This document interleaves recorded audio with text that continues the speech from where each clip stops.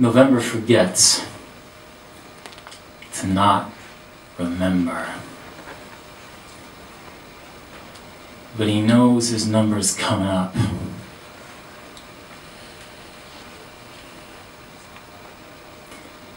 And he doesn't trust numbers. The only math that means anything to him is the algorithm of his heart. The only geometry he chooses to see is when he leans back and carves out the constellations and tries to look for a pattern in the sky that will give him his prophesy and say, I'll never leave you, Sarah. But he knows. He knows that the constellations are just stories about lovers that do not last. Heroes who must fall. And the things they love that all men must do. Every man kills the thing he loves. Though he doesn't mean to. Sometimes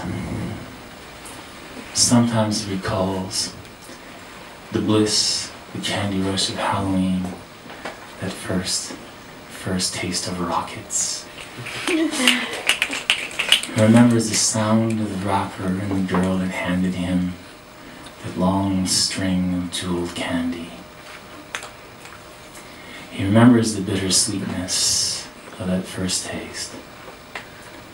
And he knew at that first taste what the first kiss would taste like. He savored its sweetness in the early days of November and felt the bitterness and crew as the days crawled by. And he knew that December and the frost in the air and the snow that fell like a cannon from the sky in his eye when he gazed upwards to pray for some sort of myth of deliverance. He knew. But like all men in love, he could not help himself from loving. And he knew that for a certain time, for a certain place, he would hold his hand and another hand would join his. But he also knew that he would walk away empty-handed at the end of his days. The time we spend is always bittersweet.